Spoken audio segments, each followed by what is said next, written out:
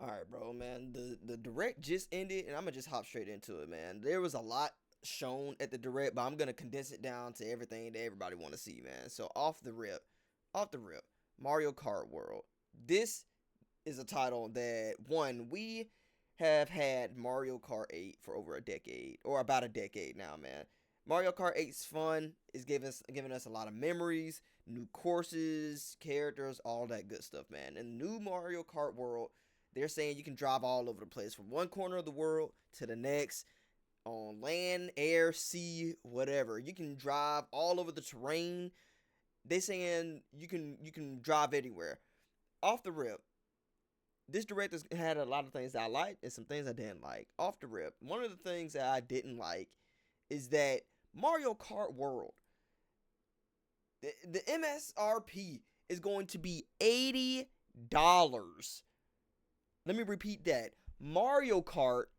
You know what? No, I gotta go full screen for this. Mario Kart is going to be $80 on release if it's not bundled with the Switch, right?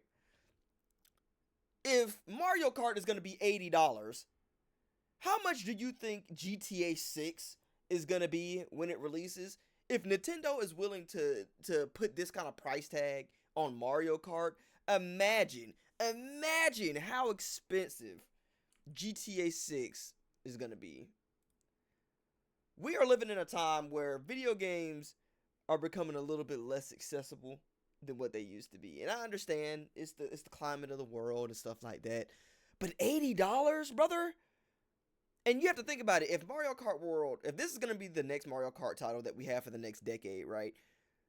That's just the base game. You know, the base game is going to be $80. That's not including like passes that come with the game, like DLC and all of that. If they do DLC, which I know they will because it's Mario Kart, how much money do you think, if you want everything that comes with the game, everything that's going to come with the game, how much money do you really think is going to be spent on Mario Kart, dude? By the time it's said and done, after it's ran its course, no pun intended, you are looking at, not even including, you know, Nintendo Online that you're going to have to pay for, but after you buy all the DLCs and all of that, you're looking at it. I'm going to ballpark it, right? You're looking at upwards of $115 total, maybe more, on just one title, bro. Just one title. That's crazy, but I'm not going to take too much time on that, man. We moving on.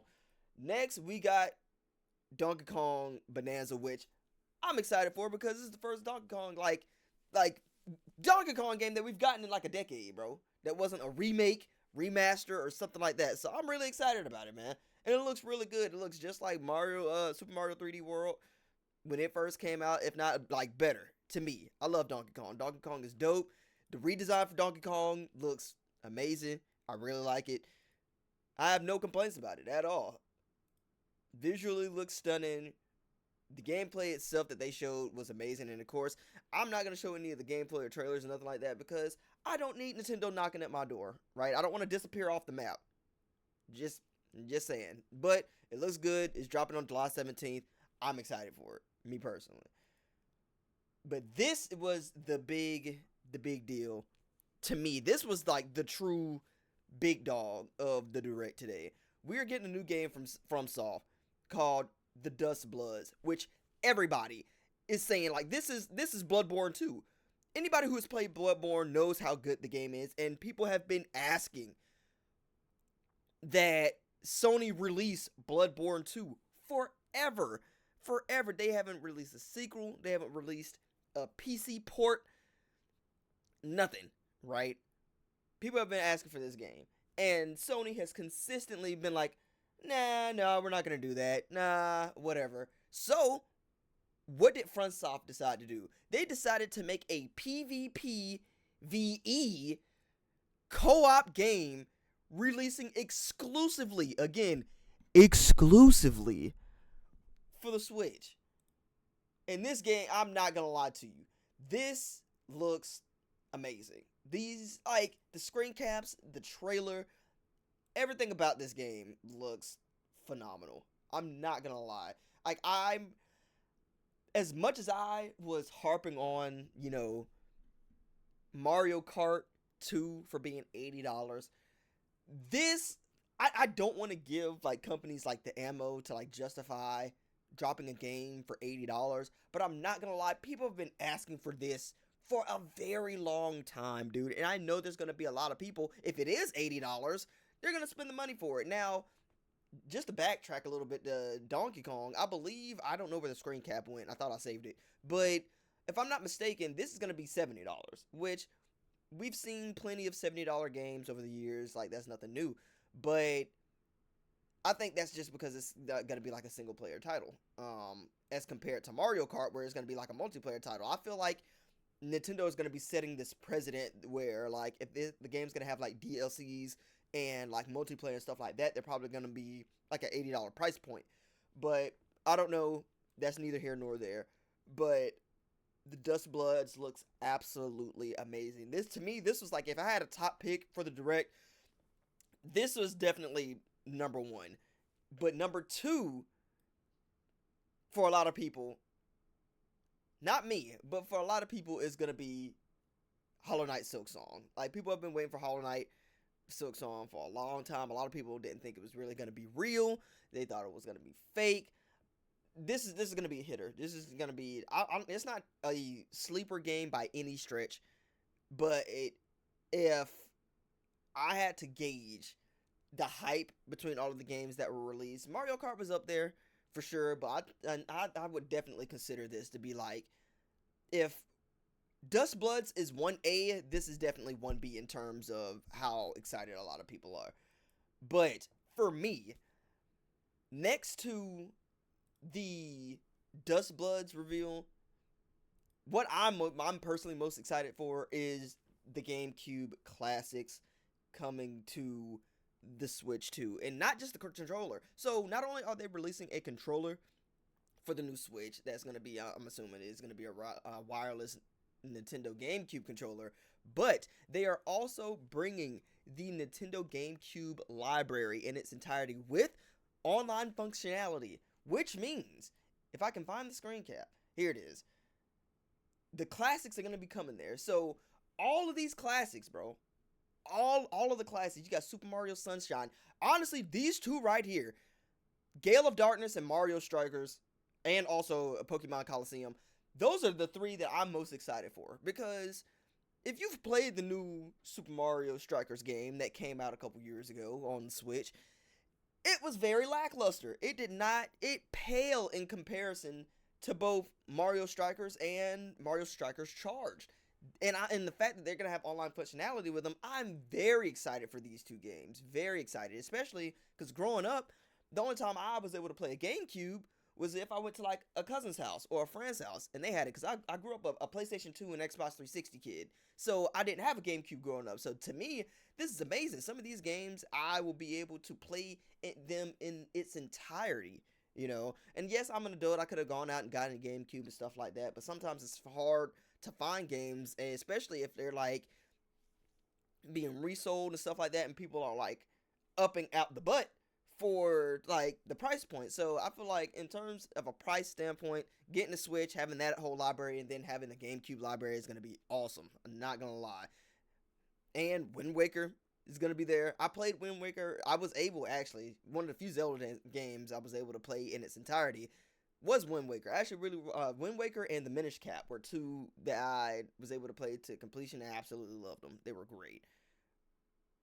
But after that, another one that people are really excited about, which I don't blame them, because it's been about 22 years, right, since the last Air Riders game came out. We got Kirby Air Riders dropping, and I'm not gonna lie, this looks extremely fun. The original Air Riders game, I didn't get a chance to play. I knew of it, never played it, but going back and seeing people's like reactions and stuff to it, seems like a very dope game. There was also a Hyrule Warriors, a new Hyrule Warriors game coming out. But all in all, these were like the real hitters, like the real heavy hitters of today's Direct. And I believe the new Switch is going to be retailing at, hold up, let me double check. I believe the price point is going to be like 450. Yeah. So pre-orders are going to be going live on April 9th, which is in a week. But as of right now, the base is going to be 450, and if you want to get Mario Kart with it, it is going to be 499. Which, in my eyes, if you're somebody who's going to want Mario Kart, right, instead of buying it individually for that $80, it would be cheaper to get the 499 version of the Switch that it comes bundled with versus getting the 449 one, just because it's like, you know what, that's gonna save you about what, like $30 or something like that, whatever. Quick math is not my forte, but in my mind, it would make the most sense if you're somebody who really likes Mario Kart, like somebody like me. That's gonna be the price point that you're gonna go at. Which I don't think 449 and 499. I don't think it's terrible. Truthfully, I don't think it's bad, especially with the specs that are coming with it.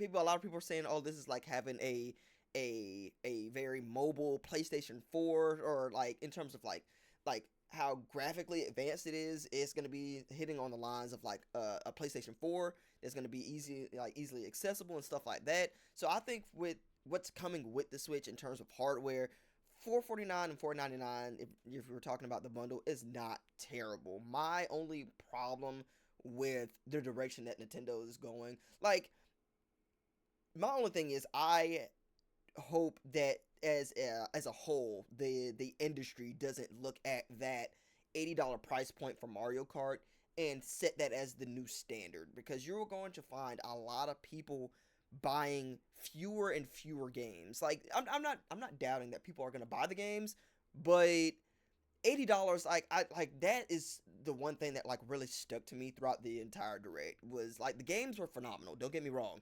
but that $80 price point for Mario Kart is something that is really like stuck in my mind, and I feel like is going to change the landscape heavily. I feel like we're going to look back at this moment down the road, and when we go to look at like where things not like went wrong, I feel like this is going to be a moment in time that we will all be able to like pinpoint and be like, this is where it started.